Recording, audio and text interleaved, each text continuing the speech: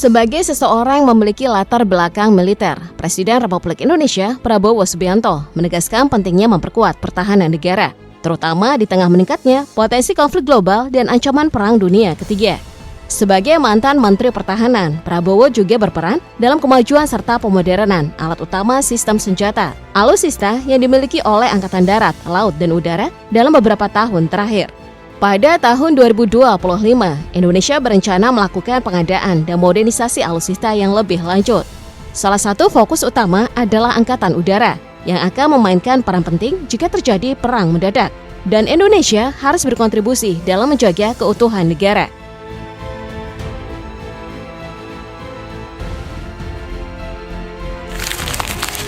Pesawat NC212I adalah pesawat angkut ringan yang diproduksi PT Dirgantara Indonesia. Dilengkapi sistem avionik modern, autopilot, dan kokpit kaca penuh, pesawat ini dirancang untuk berbagai kebutuhan operasional. Dengan kapasitas lepas landas maksimum 8.100 kg, kapasitas pendaratan maksimum yang sama, dan kemampuan membawa muatan hingga 3.000 kg, NC212I ini juga dapat membawa bahan bakar sebanyak 1.560 kg. Meski tampak sederhana, NC212I memiliki keunggulan. Salah satunya adalah kemudahan perawatan yang menghemat biaya operasional. Selain itu, pesawat ini mampu lepas landas dan mendarat di bandara atau lapangan terbang dengan landasan pendek, memungkinkan penggunaannya di berbagai lokasi terbatas. Pesawat ini sering digunakan dalam berbagai konfigurasi, seperti mengangkut pasukan, patroli maritim, pengangkutan logistik, dan evakuasi medis.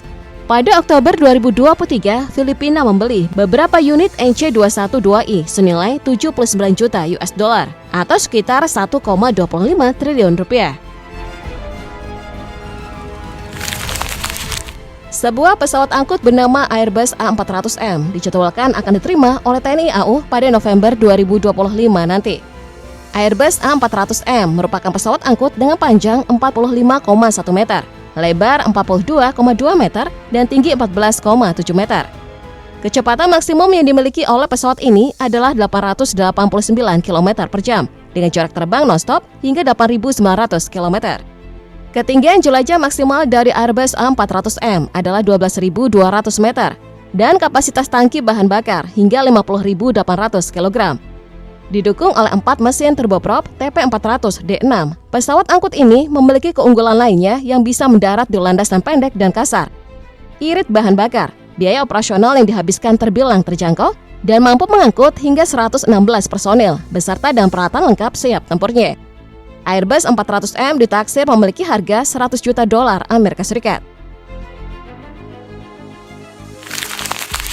C-130 Hercules tercatat sebagai pesawat militer dengan durasi produksi terpanjang dalam sejarah.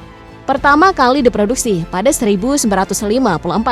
Pesawat ini masih terus diproduksi hingga 2024 dengan versi terbaru C-130J Super Hercules. Pesawat C-130 Hercules adalah pesawat angkut militer yang paling populer di dunia. Sejak pertama kali diperkenalkan, lebih dari 2.500 unit telah diproduksi dan digunakan oleh lebih dari 70 negara. Dikenal dengan keandalannya dan fleksibilitasnya, pesawat ini tetap menjadi pilihan utama di banyak angkatan udara di seluruh dunia. C-130 Hercules memiliki kru yang terdiri dari 5 orang dan kapasitas penumpang sebanyak 92 orang. Pesawat ini dapat terbang dengan kecepatan maksimum 592 km per jam, sementara kecepatan jelajahnya mencapai 540 km per jam. Dengan spesifikasi luar biasa tersebut, harga satu unit C-130 Hercules diperkirakan mencapai 30,1 juta US dollar. Pesawat Rafale ada pesawat tempur canggih generasi 4.5 yang menjadi andalan di banyak negara anggota NATO. Pesawat ini termasuk dalam kategori pesawat omnirol yang berarti dapat melaksanakan berbagai jenis misi, mulai dari superioritas udara dan pertahanan udara, dukungan udara jarak dekat, serangan dalam, pengintaian udara, hingga serangan anti kapal. Rafale akan memperkuat kemampuan Angkatan Udara Indonesia dalam menghadapi ancaman udara yang semakin kompleks. Salah satu keunggulan pesawat Rafale adalah kemampuannya untuk terhubung dengan berbagai jenis persenjataan canggih, termasuk rudal udara ke udara jarak jauh, rudal stand-off jarak jauh, rudal anti kapal, bom berpemandu laser, dan bom konvensional tanpa pemandu. Dibanderol dengan harga sekitar 125 juta dolar, pesawat tempur ini dijadwalkan akan tiba di Indonesia pada tahun 2026 mendatang. Kehadiran pesawat tempur T-50I sebenarnya bukan hal yang baru. Hal ini dikarenakan pada tahun 2021 silam, Korea Aerospace Industries telah mengekspor 6 unit T-50I ke Indonesia. Nilai kontrak antara KAI dan Indonesia disebut mencapai 274,488 miliar won atau setara dengan 240 juta US dollar. Periode kontrak tersebut efektif dimulai pada 16 Desember 2021 hingga 30 Oktober 2024.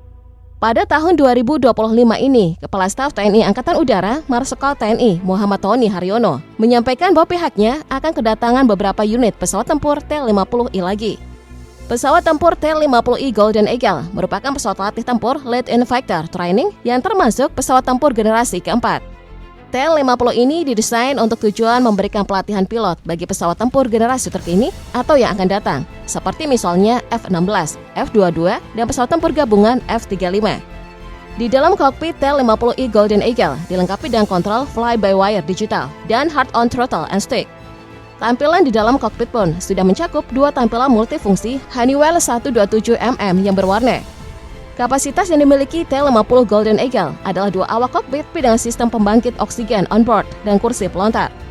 Selain itu, T-50I didukung dengan mesin General Electric F404 JA102 turbofan dengan daya dorong 1.770 pounds dan afterburning 11.000 pounds dengan tenaga mil power. Pesawat yang memiliki panjang 43 kaki, lebar sayap 31 kaki, dan tinggi 16 kaki dan berat 14 ton ini memiliki kecepatan maksimal menakjubkan, yaitu 1,5 kali kecepatan suara atau 1.600 km per jam. Beberapa tahun lalu, Wakil Menteri Pertahanan Republik Indonesia, M. Herindra, melakukan kunjungan kerja ke Republik Ceko, tepatnya ke CSG Aerospace di kota Pardubice. Kunjungan ini bertujuan untuk menjajaki kerjasama di bidang pertahanan antara kedua negara.